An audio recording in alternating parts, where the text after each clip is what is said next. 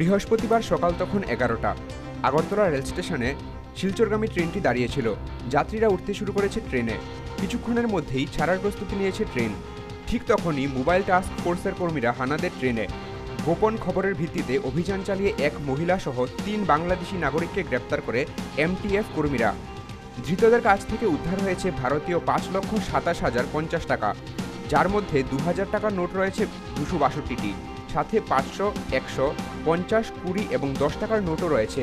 পাশাপাশি 2,350 আমেরিকান ডলারও উদ্ধার করা হয়েছে, যার মধ্যে $100 নোট 15টি এবং $50 নোট 17টি রয়েছে। একই সাথে উদ্ধার হয়েছে 5টি মোবাইল, প্রায় 15 ভরি স্বর্ণালঙ্কার সহ প্রচুর পরিমাণে নেশার ট্যাবলেট। ধৃত সজল রায়, বিশ্ব রায় এবং শিল্পী রায় বাংলাদেশের সরাইল গ্রামের বাসিন্দা বলে জানা গেছে। তারা অবৈধভাবে ভারতে প্রবেশ করেছে এবং ট্রেনে শিলচর যেতে চেয়েছিল বলে জানিয়েছেন মোবাইল টাস্ক ফোর্স ইন্সপেক্টর রণেন্দু কিশোর ভট্টাচার্য।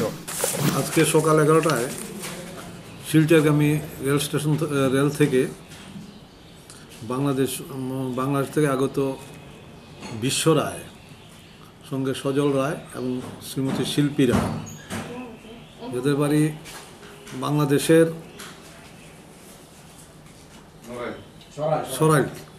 সরাইল গ্রামে। ওরা শিলচর যাচ্ছিল।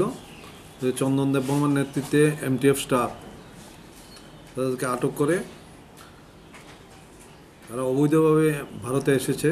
তাদের সঙ্গে ভারতীয় টাকায় 5,27,050 টাকা,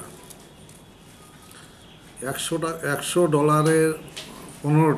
1500 টোটাল $2350 আমেরিকান ডলার পাওয়া গেছে এবং 5টি মোবাইল ফোন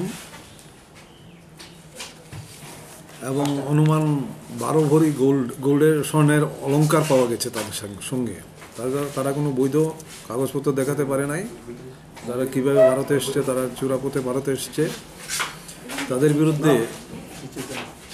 তাদের বিরুদ্ধে জিআরপি থানায় মামলা নেওয়া হচ্ছে।